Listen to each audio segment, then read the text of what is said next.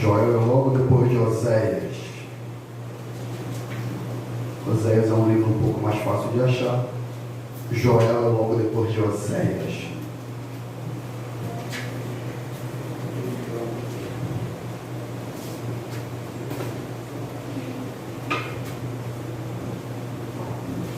Não era a mensagem que eu ia pregar, mas o Espírito de Deus falou para mim pregar essa palavra aqui hoje.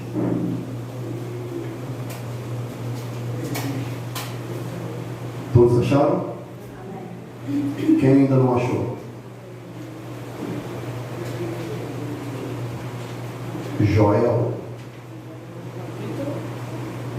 Joel capítulo 1.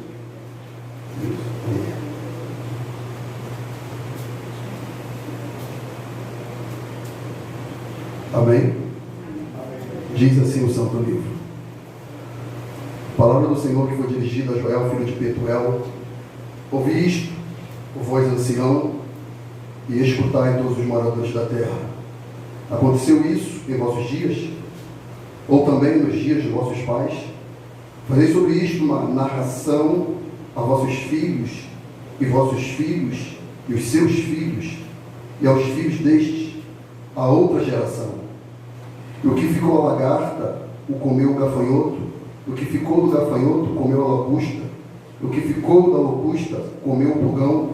Despertai, ébrios, chorai, gemei, todos bebeis vinho por causa do mosto, porque tirada é da vossa boca, porque uma nação subiu sobre a minha terra, poderosa e sem número, e os seus dentes são dentes de leão, e tem queixadas de um leão velho.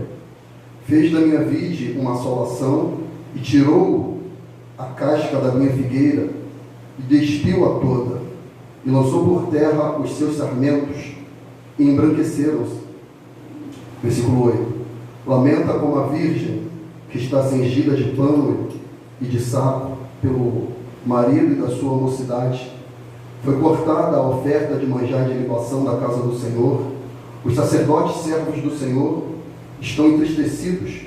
O campo está assolado e a terra triste, porque o trigo está destruído e o mosto se secou e o óleo falta.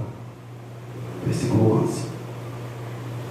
Os moradores se envergonharam, os vinhateiros gemem sobre o trigo e sobre a cevada, porque a colheita do campo pereceu.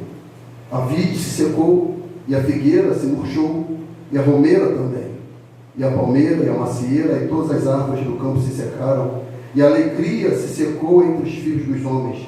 Cingivos e lamentai-vos, sacerdote, gemei ministro do altar, e entrai e passai, vestido de pano de saco, durante a noite, ministros do meu Deus, porque a oferta de manjares e a libação cortadas foram da casa do vosso Deus. Santificai um jejum, apregoai um dia de proibição, congregai os anciãos e todos os moradores desta terra na casa do Senhor, o vosso Deus, e clamai ao Senhor. Aquele dia, porque o dia do Senhor está perto e virá como uma assolação do Todo-Poderoso. Porventura o mantimento não está cortada de diante dos nossos olhos, e a alegria e o regozijo da casa do nosso Deus, e a semente apodreceu debaixo dos seus torrões, e os celeiros foram assolados, os armazéns derribados, porque secou o trigo, como geme o gado, e as manadas de vacas estão confusas, porque não tem pasto. Também os rebanhos de ovelhas são destruídos. A ti, ó Senhor, clamo, porque o fogo consumiu os pastos do deserto, e a chama abrasou todas as árvores do campo. Também todos os animais do campo bramam a ti, porque os rios se secaram e o fogo consumiu os pastos do deserto. Até aqui, louvado seja o nome do Senhor. Pode se assentar.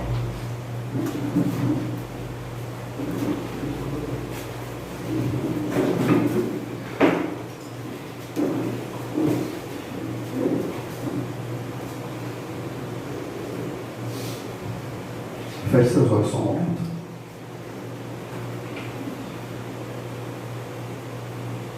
Senhor Deus, Eu sempre temo diante da Tua palavra, Senhor, do Teu Espírito. Por isso eu reconheço a minha limitação. E eu sei que o Senhor é poderoso, Pai.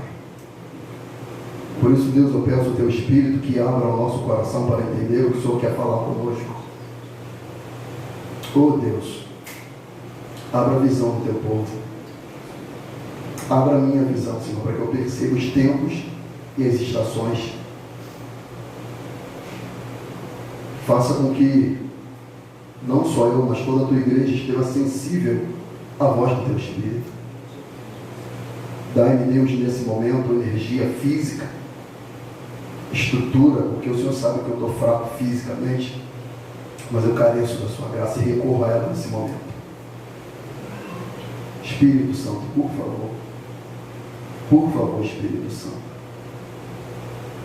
abra o nosso coração, por favor, Senhor, porque eu sei que o nosso coração ele é duro, ele é rebelde e ele é obstinado. Então, por favor, Espírito Santo, só o Senhor pode fazer isso. Abra o nosso coração, em nome de Jesus Cristo. Amém.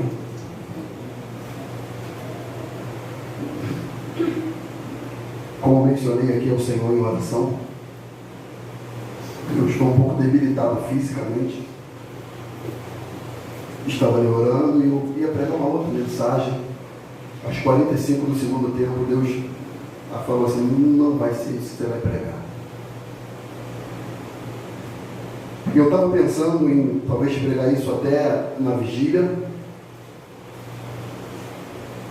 mas devido aos tempos e às estações,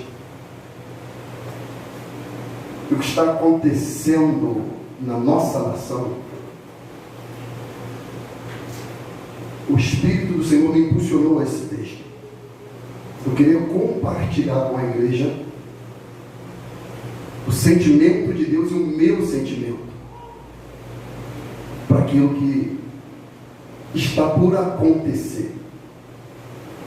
Não sei o tempo, o período, mas está por acontecer. Esse livro aqui do profeta Joel é quase 800 anos antes de Cristo, a escrita dele, possivelmente escrito pelo próprio Joel, filho de Betuel. E Deus, nos períodos de crise, nos períodos de calamidade, Deus ele sempre levantava os seus profetas. Quando os sacerdotes, os levitas, os reis não estavam atentos à voz do Senhor, Deus ele sempre levantava os profetas, para que os profetas alinhassem o coração do povo, para que o povo retornasse para o caminho. E aqui Deus ele faz um anúncio celestial, ele faz uma convocação celestial, para que o povo perceba a eminência do juízo de Deus sobre a terra, para que o povo percebesse o que estava para acontecer. E note, isso é histórico, não só biblicamente, mas na história da humanidade. Você pode estudar esta Bíblia, quando cientistas políticos, cientistas, geólogos, sociólogos, eles percebem que está por acontecer qualquer situação, eles vão dando flashbacks para que a sociedade, de algum modo, ela possa se preparar para tais eventos. Por exemplo, o tsunami do Japão. O tsunami do Japão, com a tecnologia que aquele país assim tem, toda a cidade ela já tem uma estrutura para, de alguma maneira, suportar tais calamidades.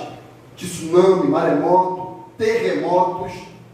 Toda a estrutura da cidade, ela já tem ali uma logística, e as pessoas já são treinadas para que num eventual evento catastrófico, o maior número possível de pessoas possa se salvar.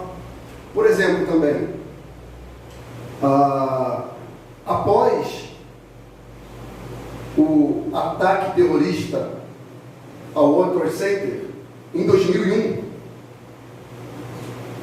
toda a estrutura tecnológica e de evacuação em massa de prédios, departamentos, o Pentágono, enfim, todos os principais alvos dos terroristas sofreu alteração, porque faltou instrução e tecnologia para que se evitasse a quantidade de mortes que aconteceu naquele ataque terrorista, de quase 3 mil mortos. E poderia ser evitado de alguma maneira se tivesse ali uma logística, um treinamento, para que as pessoas pudessem se preparar para tais eventos.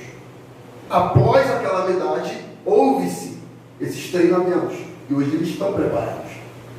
Eles estão preparados. Isso pode evitar, pastor? Não pode evitar, mas o dano pode ser menor. Então, nos tempos de crise, Deus ele levantava sempre os seus profetas para anunciar que algo viria a acontecer. Invariavelmente, o povo ouvia, mas não dava crédito. O povo ouvia, mas não se preparava. O povo ouvia, e ao invés de ouvir o profeta, e não entendendo que a palavra não era do profeta, mas a palavra era de Deus, amado. Ela era de Deus. E o profeta sempre, geralmente, ele é mal interpretado. E eu corro sempre esse risco. Estou disposto a correr. Todo aquele que prega a palavra, ele está disposto a correr esse risco de muitas das vezes ser mal interpretado, por falar simplesmente pura a palavra de Deus.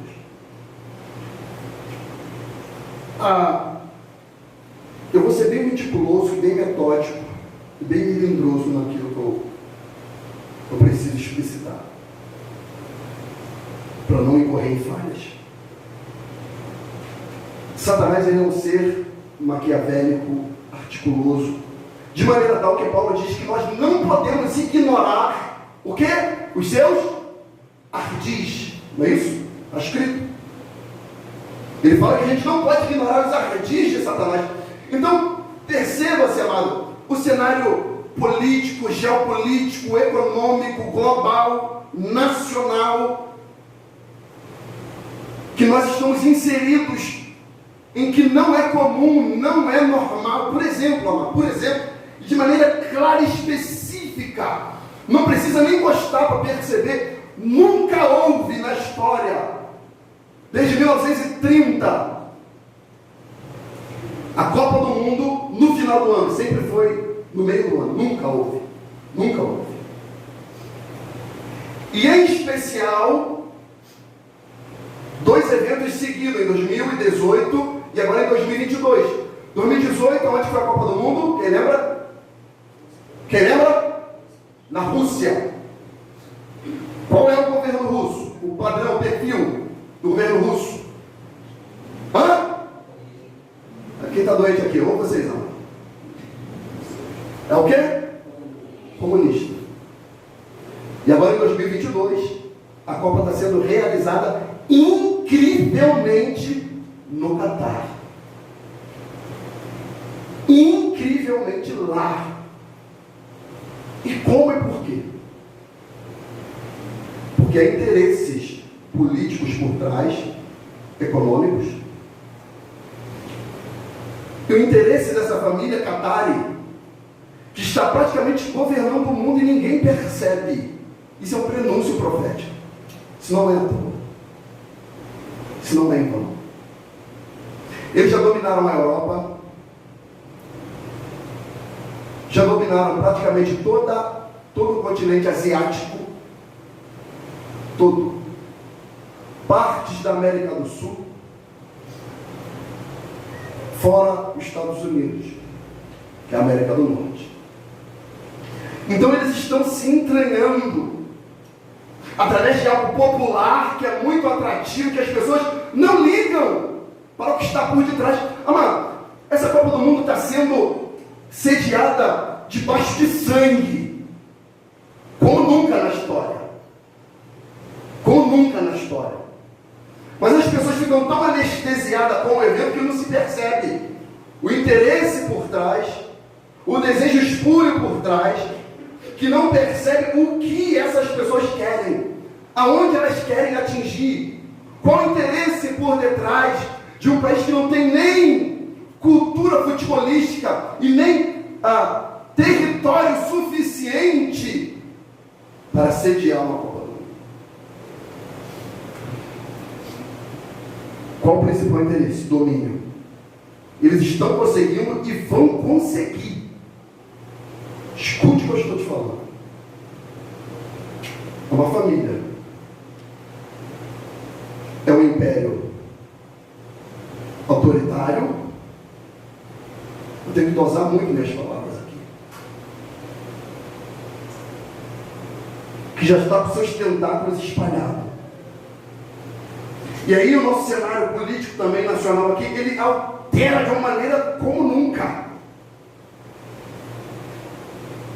E Deus precisa levantar os seus profetas para que a igreja não seja pega de surpresa.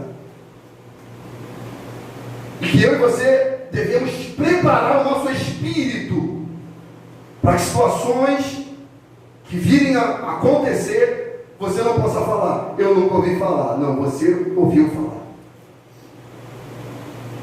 Todo juízo que Deus decretou sobre a terra, Ele nunca deixou de avisar. Vou derramar sobre a terra o dilúvio. Ele levanta um homem, Noé, e fala, prega, constrói a arca, prepara o ambiente para você, para a sua família, para animais, espaço para a sociedade que assim se arrepender, para que depois do meu juízo eu venha reconstruir a partir dos remidos, dos arrependidos, uma nova sociedade, um novo povo. Noé começou a construir um ambiente de salvação e está pregando. Está pregando. Está pregando. Quantas pessoas foram salvas? Noé e sua família, 8 pessoas. Os animais ouviram a voz de Deus, o ser humano não. Vou repetir, os animais ouviram a voz de Deus, o ser humano não. Salvo Noé e sua família. E eu vou aqui explicitar. Enquanto Deus me der saúde e energia, eu vou continuar pregando o Evangelho, enquanto Ele estiver me sustentando. Ainda que ninguém dê crédito à palavra que é de Deus, que não é minha, a palavra é de Deus. Por isso que eu devo pregar a palavra. Nós aprendemos aqui na Epístola de Paulo a Timóteo. Timóteo, pregue a palavra, inste em tempo e fora de tempo, redargue, repreende, exorte com toda longanimidade e doutrina. Então eu vou pregar com toda longanimidade e doutrina, mas que se ninguém der crédito, que a minha família venha dar crédito à palavra de Deus. E Deus levanta esse homem aqui, Joel. Versículo 1 ele fala, a palavra do Senhor que foi dirigida a Joel. Ninguém queria ouvir, ninguém queria escutar. Os sacerdotes não queriam, os ministros não queriam, os reis de Judá não queriam. E tinha um homem simples, um camponês simples, e a palavra do Senhor foi dirigida a Joel, filho de Betuel. E ele fala para Joel, ouvi isto, voz ancião, escutai. Todos os moradores da terra, aconteceu isso em vossos dias? Isso o quê? Isso eu acabei de narrar. Aconteceu isso em vossos dias, pandemia? Aconteceu isso em vossos dias, uma Copa do Mundo sendo sediada no final do ano? Aconteceu isso em vossos dias, uma Copa do Mundo ser sediada num país tirano? Aconteceu? Não, mas está acontecendo. E a gente está vivendo como se nada estivesse acontecendo. A gente está sendo anestesiado pela alegria passageira do mundo. E ele fala, Joel, aconteceu isso em vossos dias? Ou também nos dias dos vossos pais? Joel, no seu dia aconteceu? Não, Senhor. Dos seus pais? Não, Senhor. Dos pais dos seus pais? Não, Senhor. A outra geração? Não.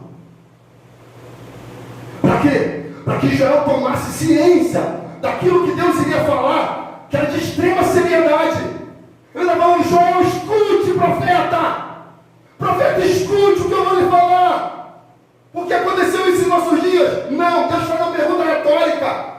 É como ele fala para Ezequiel: Ezequiel, pode esses ossos sequíssimos reviver? Ó, profeta, mas Senhor, não sou muito menos médico, eu não tenho poder, não tenho nada. Ele simplesmente fala: Senhor, tu sabes. Então o que eu tenho que fazer? Profetiza, Ezequiel. Profetiza. A palavra Joel significa Javé é Deus. Betel significa visão de Deus. Então Joel é alguém que entende que Jeová é Deus, e ele não fala pelos seus olhos, ele fala pela visão de Deus, amado. Ele fala daquilo que Deus revela a ele, daquilo que Deus mostra a ele, daquilo que Deus de maneira antecedida mostra para ele. Ele não olha aquilo que está nos seus olhos, não. Ele tem uma visão de Deus, uma visão profética do Senhor. Ele tem um discernimento de Espírito. O Espírito de Deus abre o leque para ele, para que ele possa entender os tempos e as estações. Ele fala: escute isso.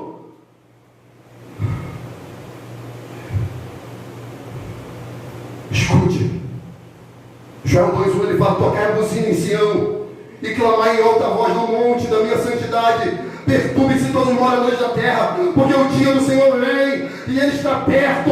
Dias de treva e de tristeza, nuvens e trevas espessa, como a alva espalhada sobre os montes. Povo grande e poderoso, o qual desde os tempos antigos nunca houve, nem depois dele haverá pelos anos de adiante, geração e geração. Deus está falando: profeta, suba no maior monte que você puder e avisa o meu povo. Avisa a minha igreja que está vindo um povo numeroso, poderoso, e que ele vai devastar a terra. Ele vai ser instrumento de tristeza, de angústia, de dor, de martírio. Mostra para eles, porque os sacerdotes estão entorpecidos, eles estão endurecidos pelo vil dinheiro. Eles não têm mais a minha santidade, profeta. Toca a trombeta em Sião.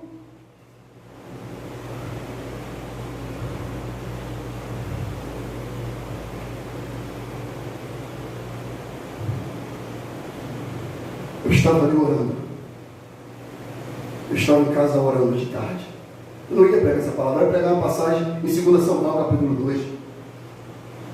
Fiz todo o meu esboço, coloquei as referências. E estou eu em casa hoje, sozinho. Minha esposa e meus filhos foram sair com meus sogros. E estou eu orando, pesquisando, estudando algumas coisas. E o Espírito de Deus falando com o meu espírito. A gente está para experimentar tempos como nunca houve, nem tão pouco haverá. Pastor, o senhor quer me botar medo? Não, eu quero que você se prepare. Eu quero que você entenda quem é o seu Deus.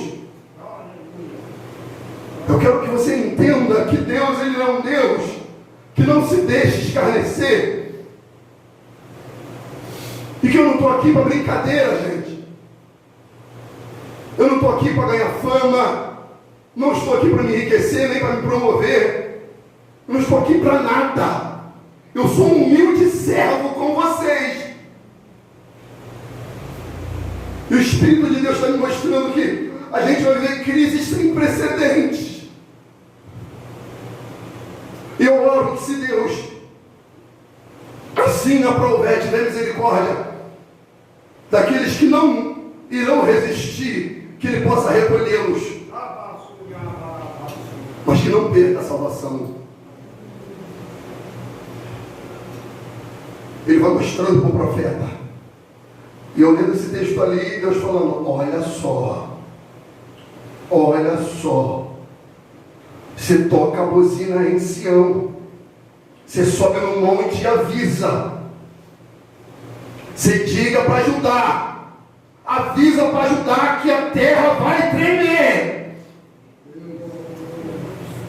Que maçou, rebai. que ele vai dando uma ilustração da agronomia.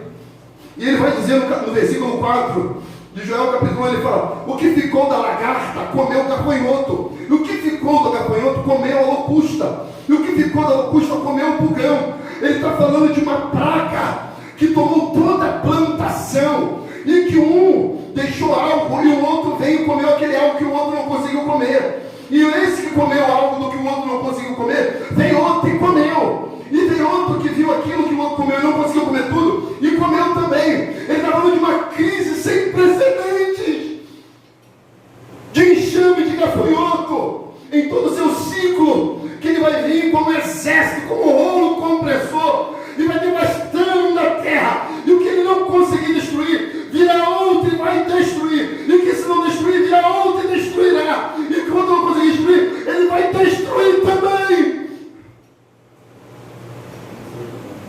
Mas de que Deus está falando? Israel vivia de agronomia, de plantação, de apicultura, de criação de animais. Deus está falando: eu não vou enviar gafanhotos físicos, eu vou enviar gafanhotos espirituais. Eu não vou enviar pragas que vão devastar simplesmente plantas e animais. Eu vou enviar pragas que vai devastar a raça humana. Demônios.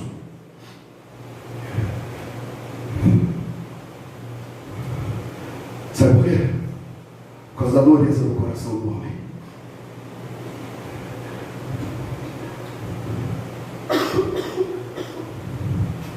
O que Deus fala, a gente endurece o coração. Não precisa falar. Deus olha. A referência aqui é como se Joel estivesse vendo as pragas do Egito. Porque Deus, ele não queria acabar com o Egito. Deus não queria matar os primogênitos do Egito. Deus não queria devastar os animais do Egito. Deus ia agir de misericórdia, de graça com o faraó e o Egito. E Deus vai avisando 1, 2, 3, 4. Chega o momento que Deus fala: mas chega! Eu vou derramar o meu juízo sobre o Egito. Não adianta, faraó não vai mudar. Ele vai permanecer rebelde, duro, soberbo, arrogante, presunçoso, achando que ele pode tudo e para todos. Mas eu mostrarei para ele que eu sou o Senhor.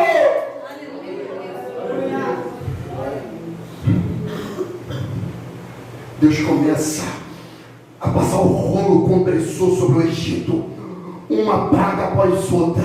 Cada praga é uma referência de um Deus, e Deus vai passando o rolo compressor sobre o Egito e vai acabando. Após a 7ª praga, Deus envia a praga dos gafanhotos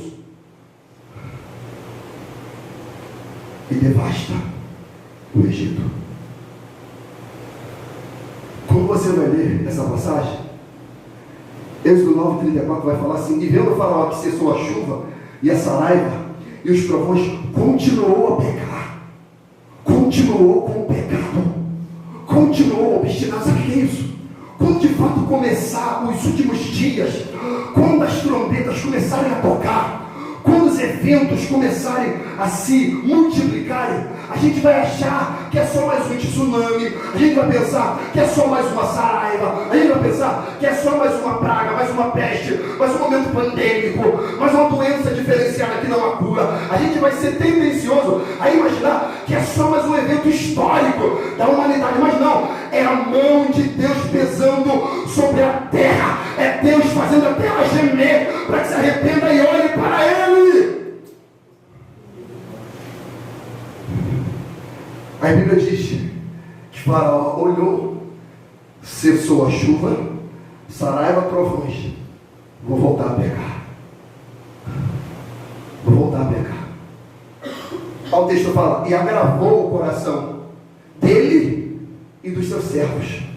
Agravou o coração do presidente, deles e dos seus presidenciários.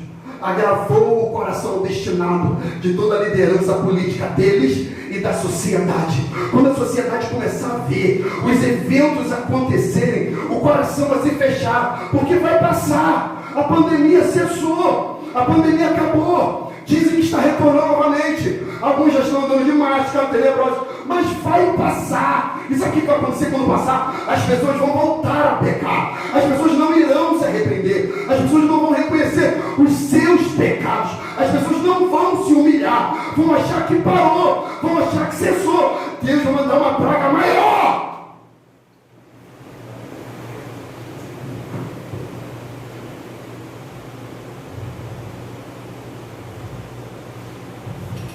Assim o coração de Faraó se endureceu e não deixou ir os filhos de Israel.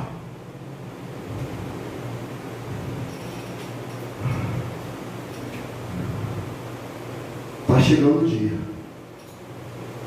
que não vão deixar a gente ter mais liberdade. Escute o que eu estou falando com vocês. Não vão deixar a gente ir por falar a verdade. Escute e escreva. Estou falando com vocês. E vão achar que toda sorte de desgraça que está acontecendo na terra é por causa da igreja.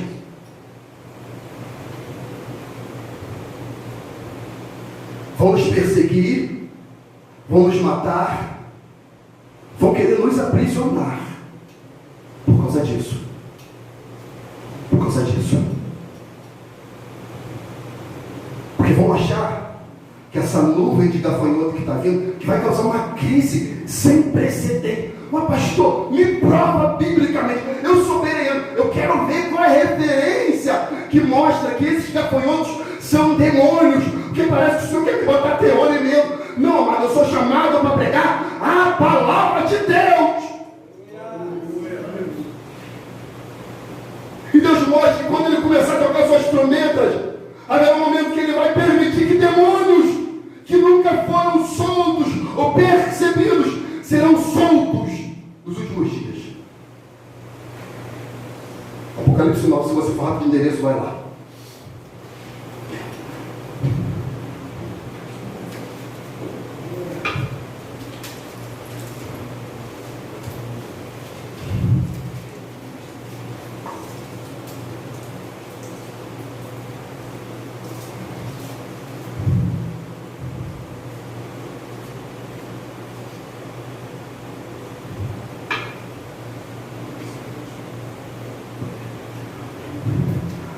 Apocalipse 9, versículo 1 em diante.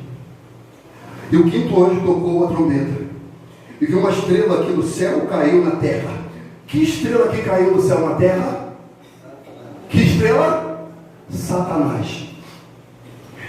E foi-lhe dada a chave do poço do abismo. E abriu o poço do abismo, e subiu fumaça do poço como a fumaça de uma grande fornalha. E com a fumaça do poço escureceu-se o sol e o ar. E da fumaça vieram o quê? Vieram o quê? Gafanhotos sobre a terra.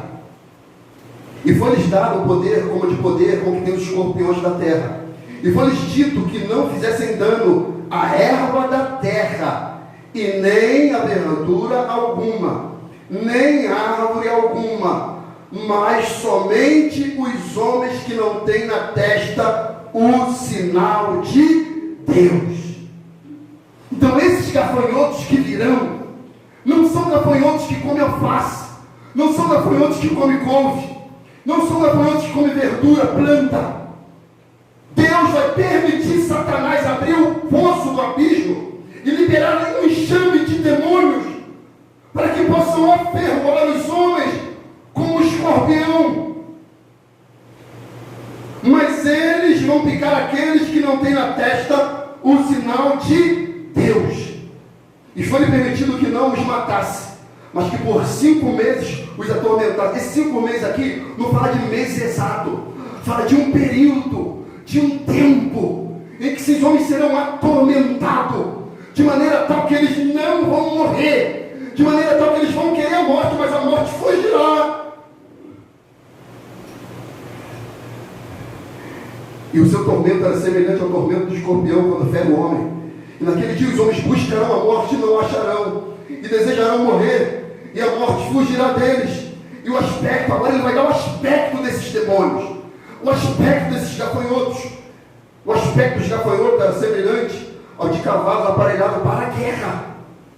E sobre a sua cabeça havia umas com coroas semelhante ao ouro, e o seu rosto era como o rosto de homem, e tinha cabelos como cabelo de mulher, e os seus dentes eram como de leão, e tinham couraças como couraças de ferro, e o ruído das suas asas era como o ruído de carros, e quando muitos cavalos correm ao combate, e tinham caudas semelhantes à dos escorpiões, e o aguilhão na cauda, e o seu poder era para danificar os homens por 5 meses, e tinham sobre si rei, e o anjo do abismo em hebreu era o seu nome, Abadão, e em grego Apolion, e já é passado um ai, e eis que depois disso vem ainda 2 ais.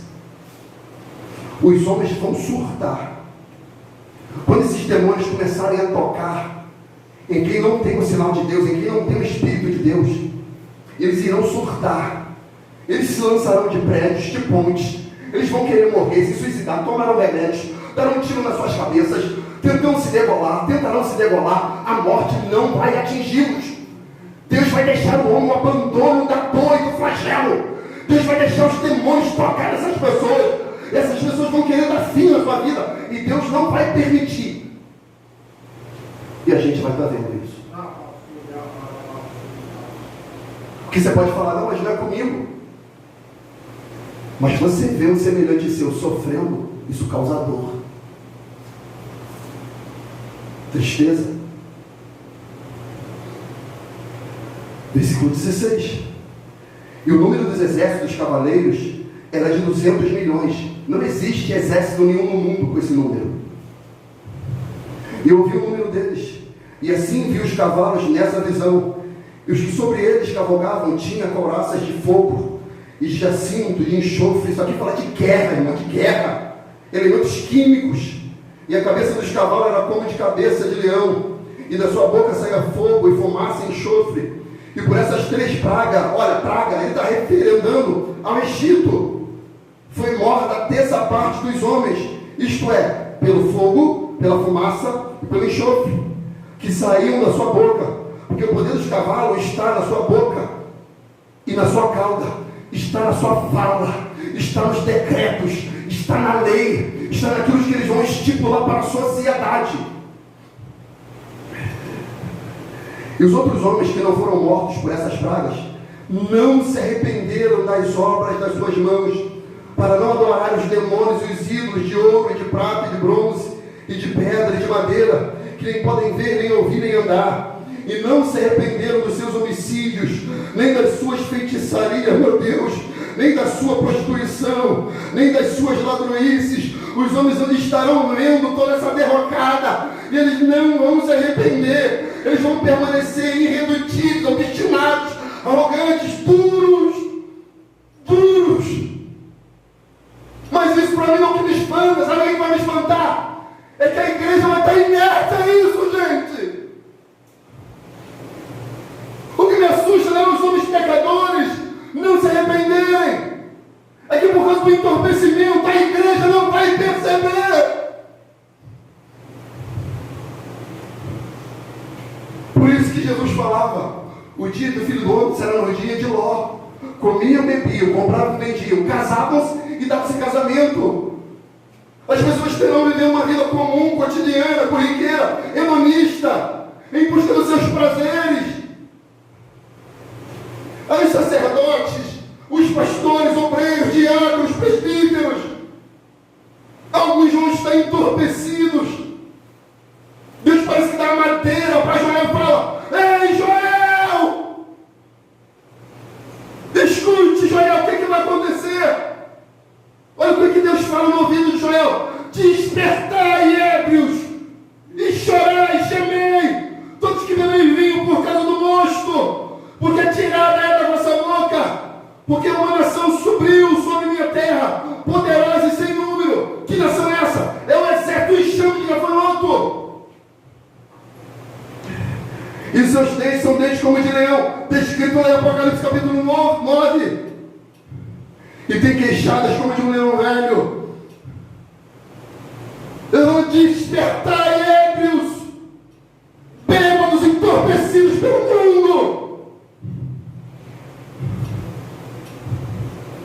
Será que vocês não vão percebendo os tempos e estações? Será que não é tempo de consagração? Será que não é tempo de jejum?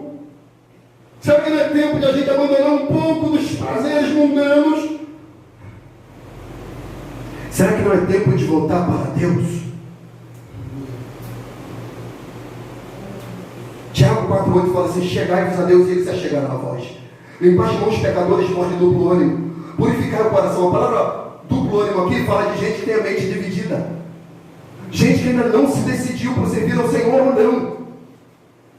Gente que até gosta do culto, até gosta dos louvores, até gosta do ambiente, até gosta, mas ainda não tomou partido, ainda não disse que só o Senhor é Deus. Ele está falando: purificai o coração, senti as vossas misérias, lamentai, chorai, converta-se o vosso riso em pranto, e o vosso gozo em tristeza, humilhai-vos perante o Senhor, e Ele vos exaltará. Ele está chamando o povo ao arrependimento.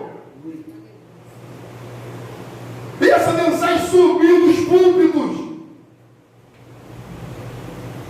Os pregadores mais têm medo de pregar o arrependimento, mas sempre foi e sempre será a mensagem verdadeira bíblica de Deus.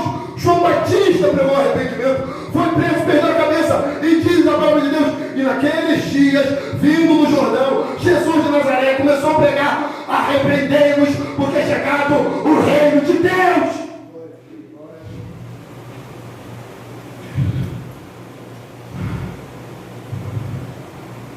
Despertai, chorai, gemei, ébrios. As pessoas: o Brasil perdeu, nossa, vou ter que voltar a trabalhar. Queria fazer churrasquinho, pastor, eu queria ficar tranquilo. Bêbado, ébrio, preguiçoso.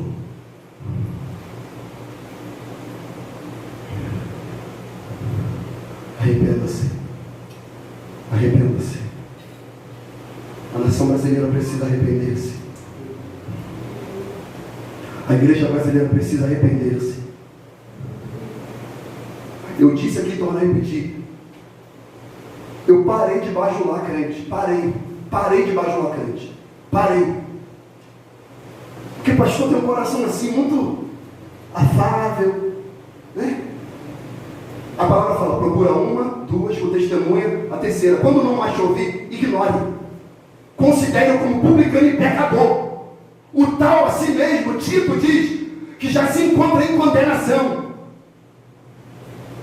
As pessoas não querem mais se arrepender, gente. Você mostra a palavra, você orienta, você mostra, você fala. A pessoa encontra desculpa para tudo. Não é desculpa. A desculpa é arrependimento. Mudança de direção, fazer uma direção contrária daquela com a qual eu estava andando.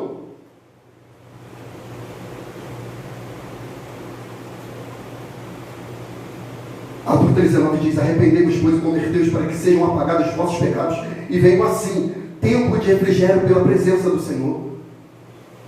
Inauguração do templo, está lá os sacerdotes cantando, adorando, os levitas.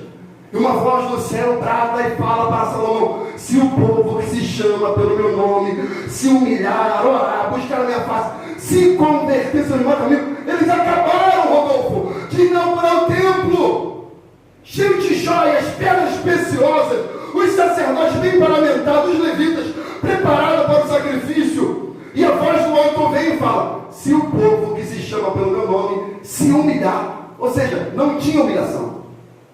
Não tinha humilhação. Se convertesse os maus caminhos, eles estavam indo para o culto com pecado. Estavam indo para o culto com a roupa manchada de sangue. Aí Deus fala: aí sim eu ouvirei dos céus, perdoarei seus pecados e sararei a sua terra. Eles estavam indo para o culto, para o templo, mas fedendo a pecado, fedendo a iniquidade. Eles estão até cantando, mas pecando fora do ambiente de culto. E Deus está falando: eu estou vendo. Eu não estou aceitando essa adoração. Eu não estou aceitando esse sacrifício. Eu não estou recebendo esse culto. Mas se o povo que se chama pelo meu nome se humilhar, note que a desgraça está vindo, não é só por causa dos homens pecaminosos, mas está vindo também por causa do povo de Deus. Deus fala, se o meu povo se humilhar, eu saro a terra. Eu saro a terra. Mas se não se arrepender, eu vou lançar o juízo sobre ela. E no texto de Joel, sabe o que acontece? Uma degradação espiritual sem precedentes, gente. Falei, Deus, isso não é possível. Se não, vejamos o versículo 7. E fez da minha vide uma assolação, e tirou a casca da minha figueira, e despiu-a. Ou seja, está falando que vai tirar a santidade, vai tirar a pureza, e lançou por terra, e os seus sarmentos se embranqueceram. Lamenta como a virgem que está cingida de pano de saco pelo marido da sua mocidade. Foi cortada a oferta de manjar e de libação na casa do Senhor. Os sacerdotes servos do Senhor estão entristecidos, e o campo está assolado, e a terra triste, porque o trigo está destruído, e o mosto secou, e o óleo falta. Olha aqui, falta o Espírito Santo, porque estão tirando a pureza da igreja, a santidade da igreja, assolação, penúria, destruição, degradação. Vai afetar o culto. A crise vai afetar o culto. A referência aqui é Levítico capítulo 1 e 2. A oferta de manjares vai afetar a adoração.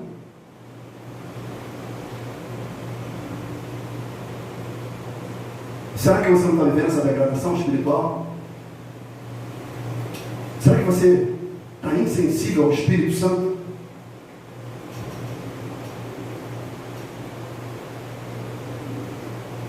Será que a gente, como igreja cristã, voz da verdade, não está sendo entorpecido por esses eventos? Será que a gente desapercebeu a santidade que o Espírito de Deus exige para a gente? Uma irmã falou para mim esses dias, falou assim, pastor, eu temo que a nossa igreja possa começar a trafegar um caminho semelhante ao da outras igrejas, as igrejas comuns. Eu falei, como assim, irmão? Tentar se adequar ao sistema das outras igrejas. Eu falei, está repreendido em nome de Jesus, irmão. Que se isso acontecer, que Deus mate. Deus mate. Deus mate quem estiver fazendo isso dentro da igreja. Mate a mim, mate diácono, mate presbítero, mate qualquer um. Que Deus fala que qualquer que tirar ou acrescentar um tio ou um jota desse livro é réu de juízo. Que Deus mate. Porque a doutrina não pode ser afetada.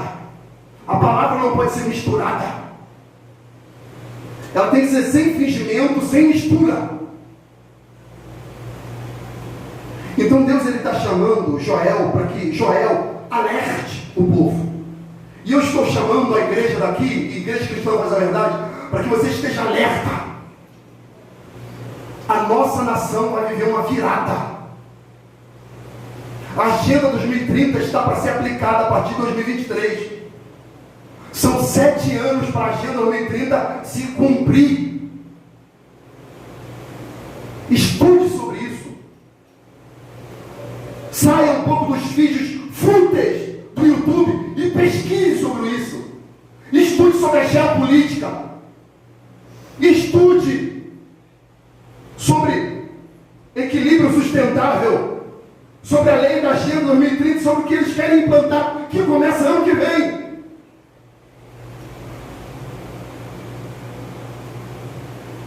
E são 7 anos para isso ser implementado. 2030. Será que talvez não possa ser o princípio das dores bem mais aguçado? Será? Versículo 11, senão não acaba. Os lavradores se envergonharam. Os vinhateiros gemem sobre o trigo e sobre a cevada, porque a colheita do campo pereceu, e a vide se secou, e a figueira se murchou, e a romeira também, e a palmeira, e a macieira, e todas as árvores do campo. A árvore aqui fala de homens, amado, de homens. E a alegria se secou entre os filhos dos homens. Cingivos e lamentais, sacerdotes, gemei ministro do altar, entrai e passai, vestido de pano de saco, meu Deus, durante a noite, ministro do meu Deus, porque a oferta de manjar de libação cortada fora da casa do vosso Deus, santificai um jejum, apregoai um dia de proibição, congregai os anciãos e todos os moradores da terra, na casa do Senhor, vosso Deus, e clamai ao Senhor. Ele está falando para a liderança religiosa, os pastores, obreiros, diácono. Ele está falando, jejue. É momento de jejuar, igreja. É momento de vigília. E de tratar as coisas de Deus com seriedade. A oração é um ranço, gente. É um ranço, é arrastado, é mecânica. As pessoas não se entregam, não se derramam, não vai com sinceridade. Como o Brano Fernando fala, as pessoas só pegam no empurrão.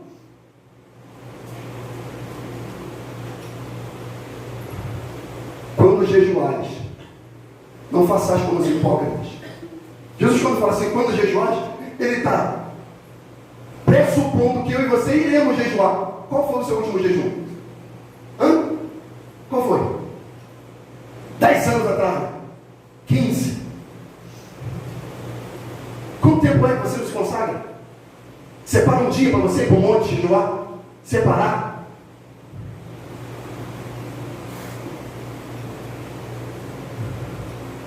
Cingivos, lamentai-vos, sacerdotes, gemei. Não, nosso sacerdote quer ir para a Copa do Mundo com a camisinha do Brasil. Nossos mega pastores. Olha lá. E a nação entrega aos demônios. A nação entrega aos demônios. Jejum. Nossa última vigília do ano será sábado que vem. A igreja está sendo convocada a vir debaixo de jejum, a se consagrar. Está focada. Fala, Espírito de Deus, me mostra o que está acontecendo. Espírito de Deus, me ajuda a se santificar, a se separar. Espírito de Deus, coloca em mim o seu sentimento. Joel 2,12 diz, ainda assim, agora mesmo diz o Senhor, convertei-vos a mim de todo o vosso coração. Isso, com jejum, com choro e com pranto, rasgai o vosso coração e não as vossas vestes, e convertei-vos ao Senhor vosso Deus, porque Ele é misericordioso e compassivo, tardio em se irar, e grande em beneficência, e arrepende-se do mal. O que ele está falando? Que se a gente começar a se consagrar, jejuar, rasgar o coração, não só a veste, como era o costume ocidental, rasgar as vestes. Rasgar a veste também significa o quê? Entregar o sacerdócio.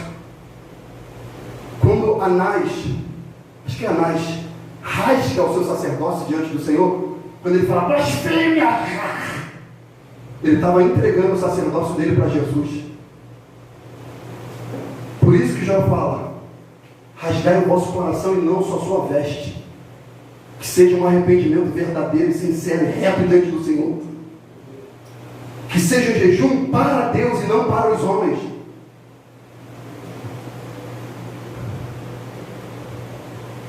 Por quê? Porque se a gente não fizer isso, a probabilidade da gente ser tocado por essa avalanche de demônios que vai tomar o mundo, possa nos tocar. E a gente está sendo vencido por problemas assim, ó. Assim. Meu Deus. Senhor, eu não sou super-homem não, nem super-crente, mas essas pessoas não conseguem vencer isso. Como é que é? Olha o calibre dos crentes que era do primeiro século, dos apóstolos, do segundo século. Os crentes do livro do Mártir, meu Deus do céu. Os crentes, o calibre dos crentes de Hebreus 11. Estão lá na galeria dos heróis da fé. Você lê aquilo dali e se compara. Eu me comparo. Eu olho aqui, eu leio, eu falei, que isso?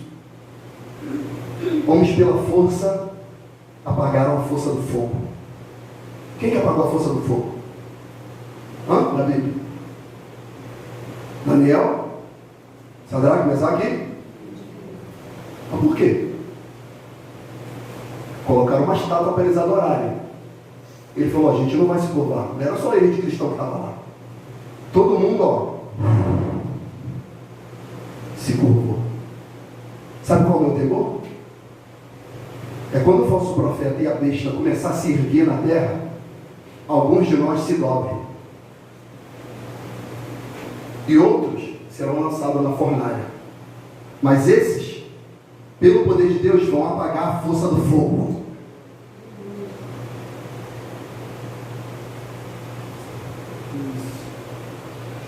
O dia do Senhor está perto, como nunca. Eu nunca preguei isso com tanta convicção e certeza.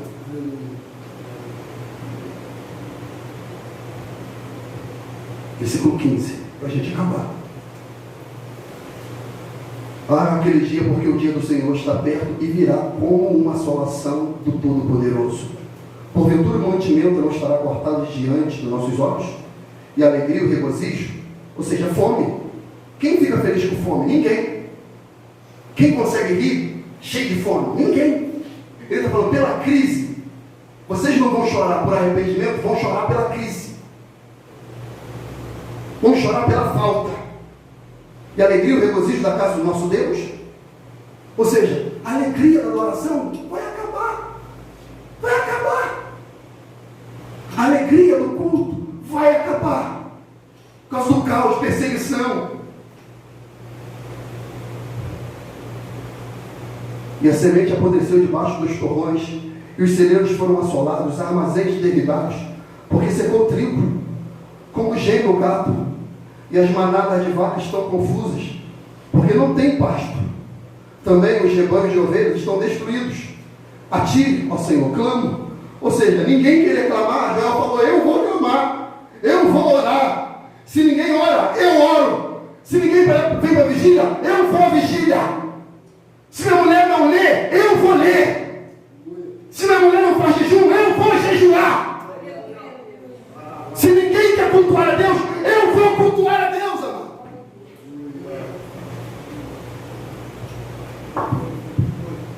Se ninguém quer, eu vou. Onde estiver dois ou mais reunidos no nome dele, eu vou estar lá. Eu vou estar lá. Deus, ele não se preocupa com quantidade. Deus quer qualidade de adoração, amado. É isso que ele quer.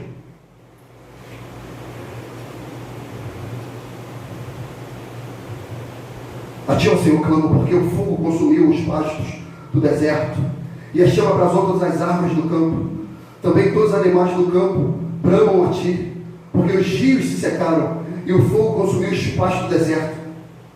Assolação, seca, seca.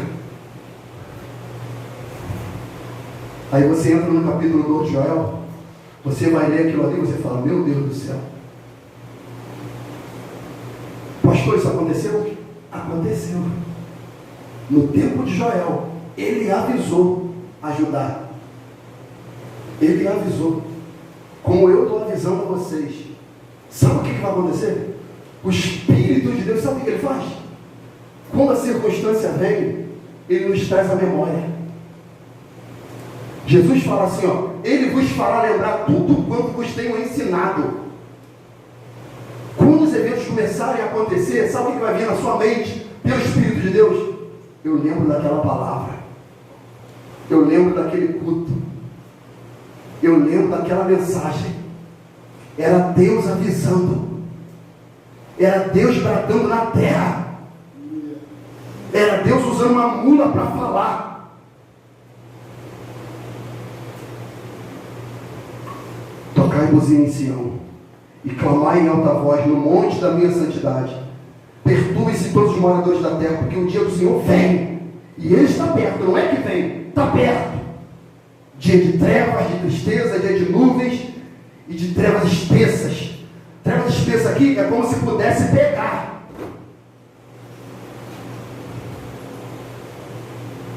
E como a alva espalhada sobre os montes, povo grande e poderoso, o qual desde o tempo antigo nunca houve, nem depois dele haverá, pelos anos adiante, geração em geração, diante dele um fogo consome, e atrás dele uma chama brama, abrasa, e a terra diante dele é como o jardim do Éden, e atrás dele um desolado deserto, sim, nada lhe escapará. Ele está falando, não tem como se esconder. Lembra da passagem do Apocalipse que eles vão se esconder na fenda das rochas? Ele fala, escondei-nos da ira do Cordeiro. Não vai ter como. Não vai ter como. Minha tangedora, por gentileza. Tinha muito mais coisa aqui, mas eu não vou meter.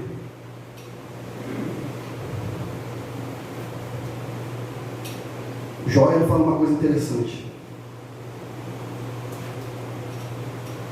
Ele fala de uma chuva que virá. A chuva temporã e a seródia. Ele fala dessas duas chuvas. Eu já preguei uma mensagem sobre isso aqui. Depois que a nuvem de gafanhoto veio e acelou e rebentou com a cidade, acabou tudo, sobrou nada. Lembra o texto? As vacas estão perdidas, as ovelhas destruídas, as vacas estão confusas porque era pasto. Ou seja, as vacas estão emagrecendo, correndo para achar uma fagulha de grama, mas não estão encontrando. Mas nosso Senhor, amor, Ele é tão bondoso, que depois de toda essa desgraça, Ele vai derramar uma chuva sobre a terra novamente, para fazer frutificar as sementes que foram plantadas. Ele está falando derramar do Espírito Santo.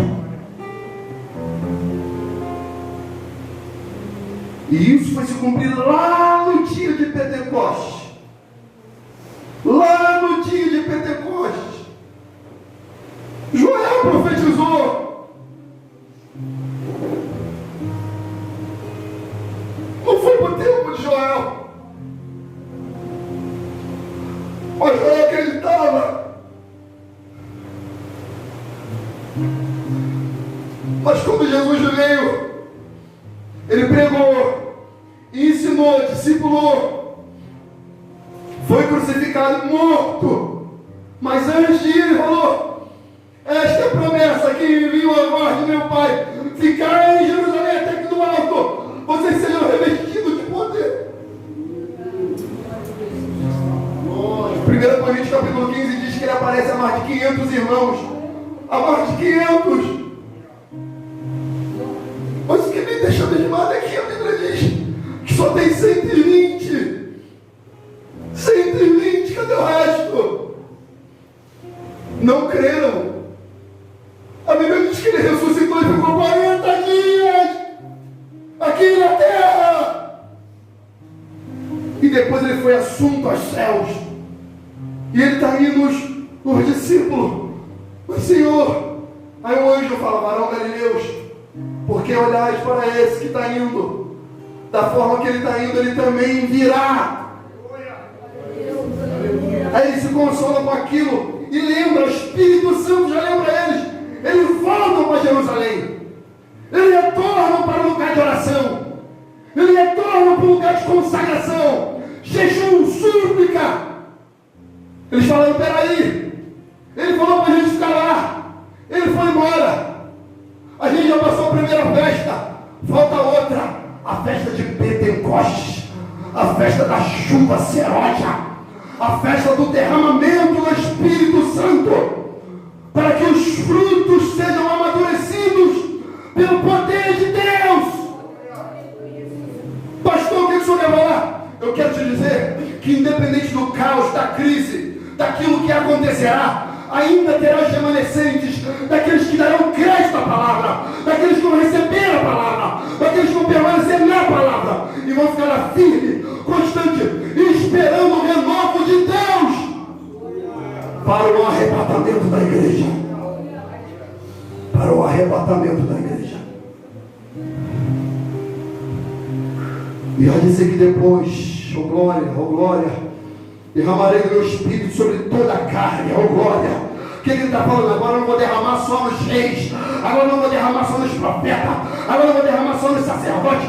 Não, agora eu vou derramar o meu espírito sobre toda a carne. E vossos filhos e vossas filhas profetizarão, vossos velhos terão sonho. Por que ele diz que os velhos vão ter sonho? Porque é tendencioso uma de idade. Quando ele chega a 70, 80, ele já não tem mais esperança, ele já não sonha mais, ele não tem mais felicidade mais, ele não faz plano mais. Mas o renovo do Espírito Santo traz novamente a esperança. Por isso os velhos terão sonhos. Será revelado aos velhos os oráculos sagrados. E vossos jovens terão visões. E também sobre os servos e servas, oh glória! Naqueles dias derramarei meu espírito e mostrarei prodígios no céu e na terra, sangue e fogo, coluna de fumaça. O sol se converterá em trevas e a lua em sangue, antes que venha o grande e terrível dia do Senhor. Oh, aleluia! E a dizer que todo aquele que invocar o nome do Senhor será salvo. Porque no monte Sião, em Jerusalém, haverá livramento, oh glória. Assim como o Senhor tem dito, oh glória. E nos restantes que o Senhor chamar, aleluia.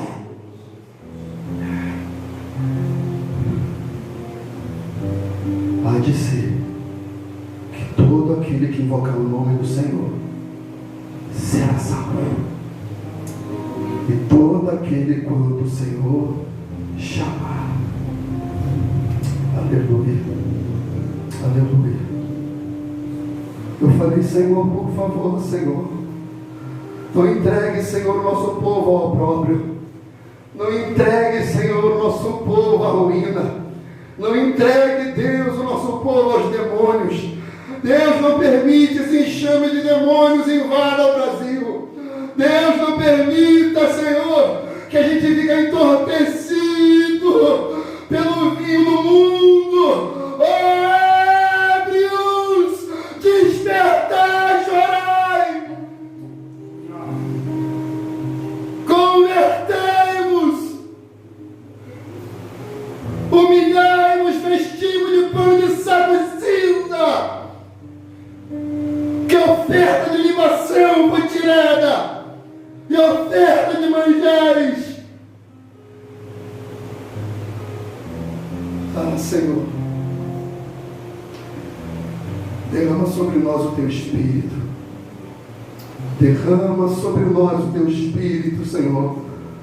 Oh Deus, encha-nos do Teu Espírito Santo. Senhor, nos dá revestimento de poder. Aviva, Senhor, a Tua obra. No meio dos anos, a notifica. Na ira, lembra-te da misericórdia, Senhor.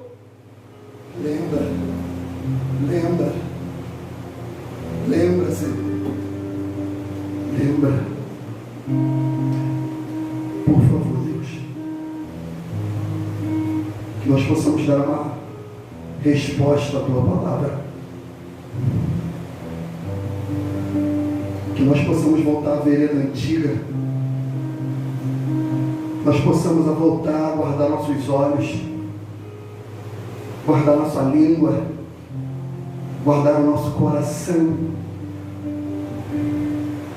voltar às consagrações, às vigílias de oração. Oh Deus, por favor, Senhor, por favor, Deus.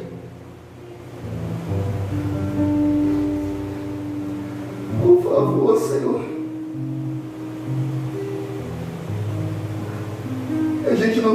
mais uma igreja, Senhor. Que a gente não seja mais uma igreja. Que a gente seja selado pelo Teu Espírito. Selados pelo Teu Espírito, Senhor. Esses gafanhotos só, Senhor, tocarão naqueles que não tem o Teu selo, que não tem a Tua marca. Senhor, quem tem a Sua marca, esses demônios não tocarão, Senhor. Por favor, Senhor. Por favor, Senhor. Eu peço isso, por favor, Senhor, por favor. Em nome de Jesus, Senhor. Em nome de Jesus, Senhor. Que não seja só mais uma palavra, Deus. Que não seja mais um culto, não, Deus. Mas que seja uma virada na nossa vida. Um ponto de partida. Para que possamos novamente botar sorriso nos Teus lábios, Senhor. É o que eu peço. Em nome de Jesus, Senhor. Amém. Fique de pé comigo.